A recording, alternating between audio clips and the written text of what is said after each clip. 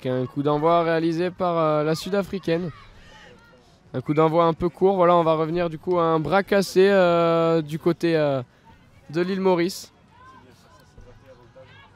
C'est minable.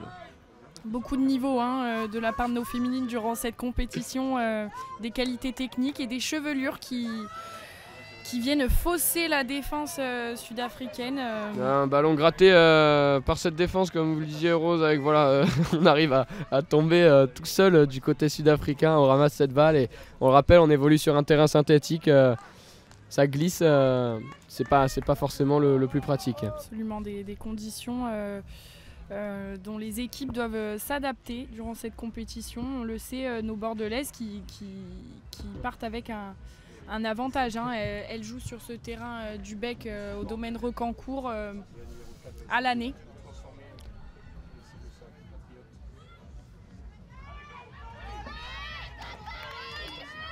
Et la Mauricienne qui vient inscrire le premier essai de ce match. Étonnant face à des Sud-Africaines qui partaient favorites. Un gros début de match de l'île Maurice.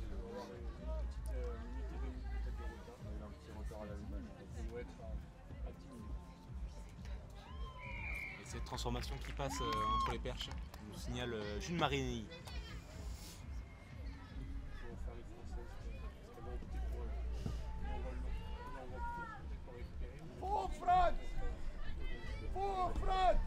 On le rappelle, au 7, c'est l'équipe qui a marqué qui donne le coup d'envoi.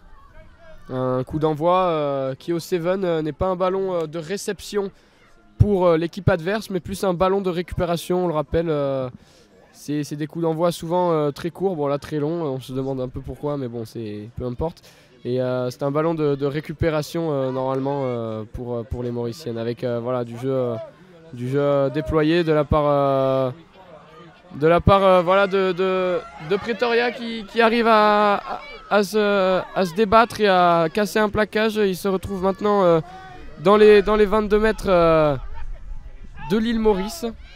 Avec voilà, encore une fois du jeu déployé de la numéro 10 qui vient chercher l'intervalle, qui vient s'empaler sur deux joueuses, qui arrive à transmettre ce ballon. Encore un peu de jeu technique, l'arbitre signale que c'est un en arrière. Il va falloir protéger ce ballon du côté de Pretoria. Et on va revenir à une pénalité du côté de Pretoria et voilà, numéro 1 qui va jouer son 1 contre 1. Bon plaquage du côté de l'île Maurice avec une Chistera qui n'arrive pas à bon port. Ouais, du cafouillage encore une fois de ces deux équipes. Et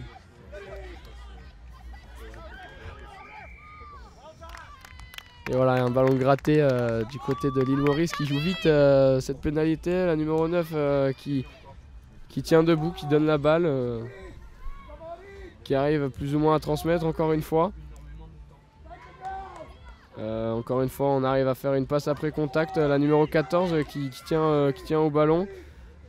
L'île Maurice, on ne sait pas ce que fait la joueuse. Elle se perd. Elle arrive à trouver finalement ses partenaires. Et voilà, un trou s'est ouvert et la numéro qui va pas à la vitesse réussir à transmettre. Ici, on peut voir sur la détermination ou avec le bon retour de la numéro 11 qui va venir plaquer à 5 mètres de la ligne la joueuse de l'île Mauricienne qui réussit finalement un beau geste technique. Et voilà, encore un déchet technique, c'est pas concevable à ce niveau là, et la Mauricienne qui reste au sol épuisée après cet effort physique. Et voilà, ça repart du côté de Pretoria avec une sortie en touche et un bon plaquage d'une Mauricienne.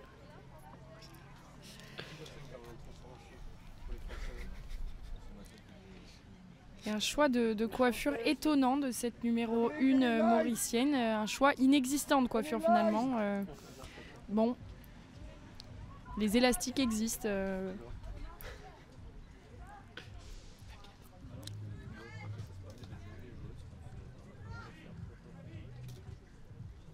Avec une touche qui va être réalisée, on va voir si les joueuses vont réussir à lifter. C'est un lift à peu près réussi avec la numéro 1 qui arrive à se débattre avec le casque, une numéro très athlétique qui casse plein de plaquages depuis le début de cette rencontre. Alors on va chercher du jeu déployé du côté de Limoreille, la numéro 14 qui se fait la malle. Elle est partie, ça y est, c'est irrattrapable à ce niveau-là. Et voilà, on va revenir mettre un essai du côté de Pretoria. Un match qui se relance alors qu'il reste 2 minutes au chrono. Absolument, des Sud-Africaines qui viennent rétablir l'égalité du score. On le rappelle, il faut marquer cette transformation. C'est raté du côté de Pretoria, malheureusement. C'était pourtant pas la transformation la plus difficile que j'ai pu voir. Voilà, la joueuse qui s'en veut, hein. On peut le voir à sa tête, elle tire la tronche. Je m'étonne. Il est vrai que les organismes sont mis à rude épreuve. Je pense que ses coéquipières ne lui en voudront pas. Enfin, à ce niveau-là, quand même, Elliot, on peut pas dire que c'était un bel effort technique réalisé de la part de la joueuse de Pretoria. Elle montrera que l'erreur est humaine. Et c'est la Rockmout qui joue vite ce ballon avec numéro 12 du côté de l'île Maurice qui transmet avec une passe pop. Exactement, Rose. On peut voir que vous avez appris du vocabulaire lors tout au long de cette compétition. Exactement. Je le rappelle, je ne suis pas de ce sport et j'apprends tout au long de cette compétition à l'apprécier. Et vous le faites merveilleusement bien et je suis ravi de pouvoir le faire avec vous avec voilà, une belle passe après contact de la joueuse de Pretoria qui vient servir sa compagne, la numéro 8, qui vient inscrire un essai entre les perches et qui permet à Pretoria de repasser devant au score après beaucoup d'efforts finalement. Allez, on espère que cette transformation sera moins c'est la deuxième chance pour cette miteuse. C'est la deuxième chance pour cette joueuse de Pretoria, on l'espère. Il ne faudrait pas changer de transformatrice. Et ça va passer cette fois-ci. C'était une erreur finalement, Rose, je pense. Absolument, une erreur de parcours. Comme a dit mon très cher Elliot, l'erreur est humaine.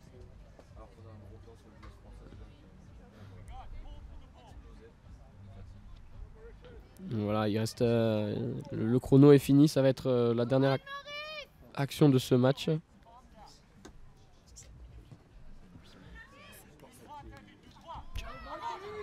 Voilà, Pretoria qui doit pas se trouer en défense, qui doit rester solide, compact, comme elles peuvent le faire actuellement avec de bons plaquages.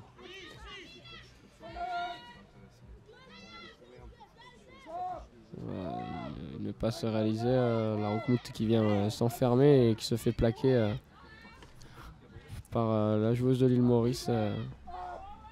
Du jeu rapide avec une belle passe et une dernière munition, je pense.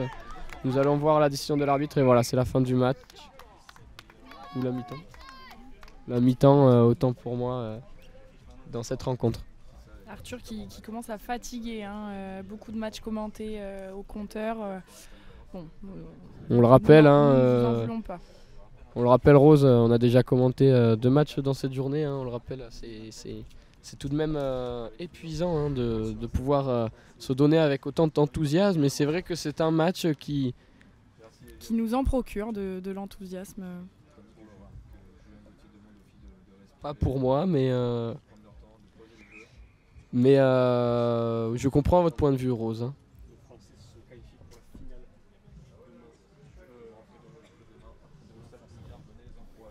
Allez, on en profite pour saluer et remercier nos très chers bénévoles qui s'occupent de ce Wurit et qui permettent à ce Wurit de se dérouler de la meilleure des façons, notamment les commentateurs comme vous et moi, Arthur, les caméramans, les officiers de liaison. Et j'aperçois une bénévole juste à côté de moi qui aimerait témoigner sur ce Wurit. Comment se passe pour vous ce Wurit ?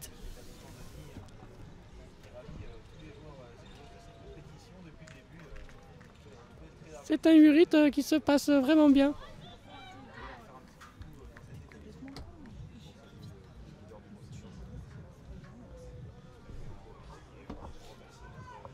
Bon, cette bénévole qui pour le peu timide.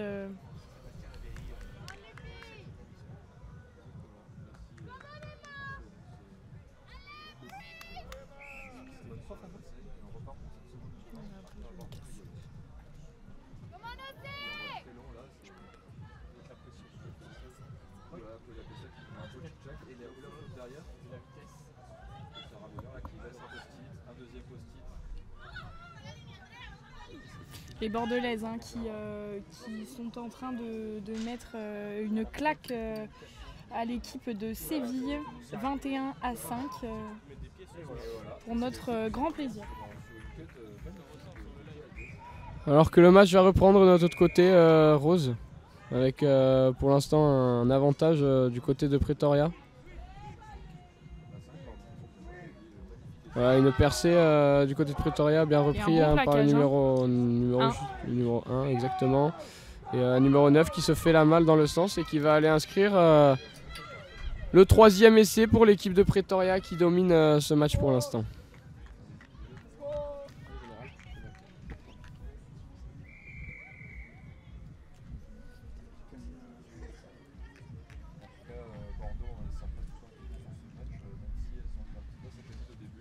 Les 7 numéro 11 qui va se présenter devant les 2 poteaux et qui va essayer de trouver le poteau du milieu. Et c'est fait.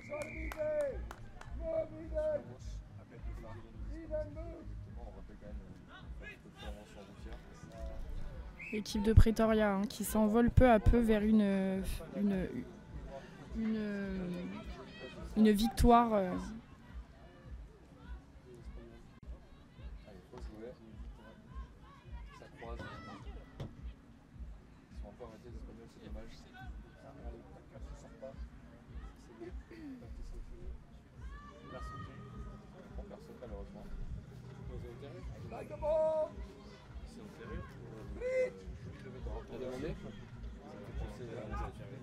Croisé intérieur. Combien de temps ça? Elles ont décidé de jouer vite.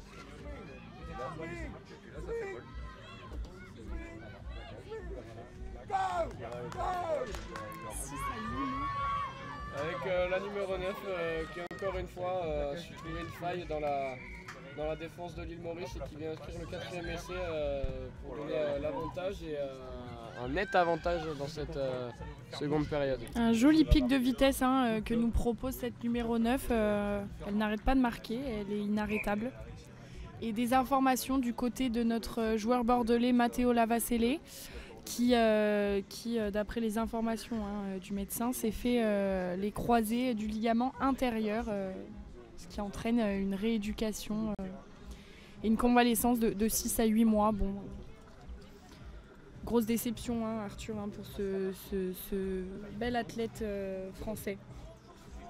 Oui Rose, grosse déception hein. En effet un joueur, on le rappelle hein, qui a joué contre l'équipe américaine lors de cette demi-finale et voilà, qui doit être actuellement au fond du seau si c'est bien ça.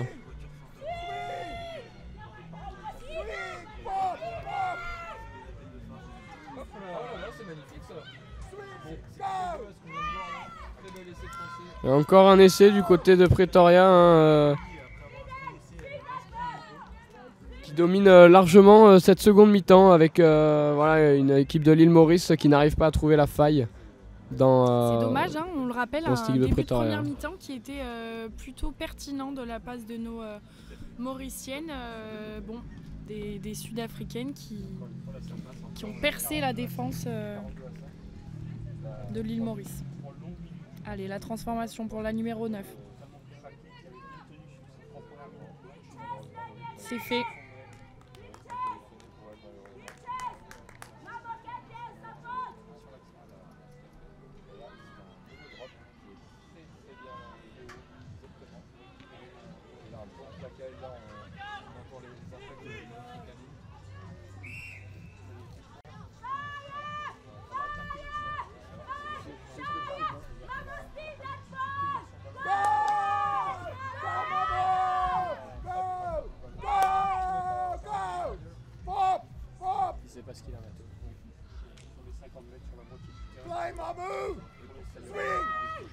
Avec l'équipe de Pretoria qui, encore une fois, avec la puissance, va réussir à inscrire un essai de plus. Et c'est que ça commence à devenir compliqué pour l'équipe de l'île Maurice. Hein. On le rappelle, avec un score dominateur de l'équipe de Pretoria qui vient mettre à mal cette équipe de l'île Maurice qui ne montre plus d'envie. On peut voir toutes les joueuses qui marchent. Voilà, on le rappelle Rose, hein, des conditions difficiles cet après-midi. Oui, effectivement, Arthur, une température assez chaude, avec un peu plus de 28 degrés, pas d'air, pas de vent. Bon.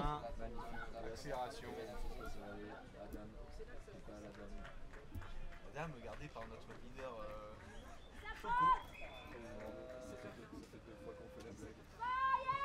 Allez, ça n'a pas été transformé pour l'équipe de Pretoria, ce dernier essai. Alors qu'une fois de plus, le coup d'envoi ne fait pas 10 mètres et on va revenir à un bras cassé du côté de l'île Maurice. Avec une passe pour la numéro 10 qui vient s'enfermer au milieu du terrain. Une bonne libération cependant, avec du jeu dans le sens et un bon plaquage de la numéro 7 qui vient écraser l'autre numéro 7. Voilà un duel de vis-à-vis finalement, avec encore une fois cette numéro 10 qui vient chercher l'intervalle et encore une fois un bon plaquage de la numéro 2. Se fait chasser par la numéro 2. Exactement, Rose. Une équipe de l'île Maurice faible face à la défense surpuissante de Pretoria. Absolument, Arthur, là, les joueuses de l'université de Pretoria qui déroulent, comme on dit chez nous. Un rouleau compresseur.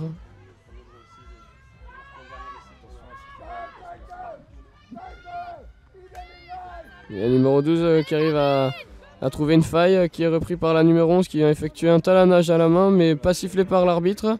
Voilà, un ballon récupéré par Pretoria, encore un déchet technique. On va revenir donc à une mêlée pour l'équipe de l'île Maurice. Voilà, beaucoup de déchets techniques, Rose, dans cette seconde mi-temps.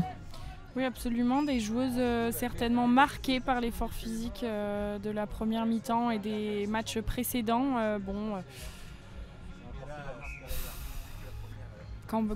Que dire face à ce genre de déchets techniques Moi je vous propose à rejoindre le live du terrain numéro 2 où notre équipe de Bordeaux s'impose fièrement face à l'université de Séville en Espagne.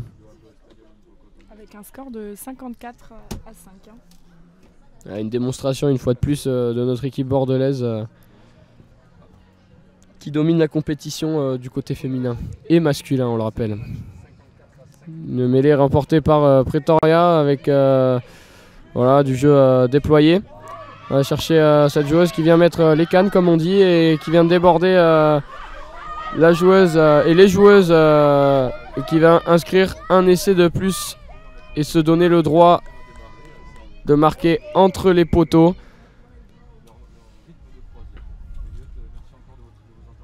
Finalement facile du côté de Pretoria.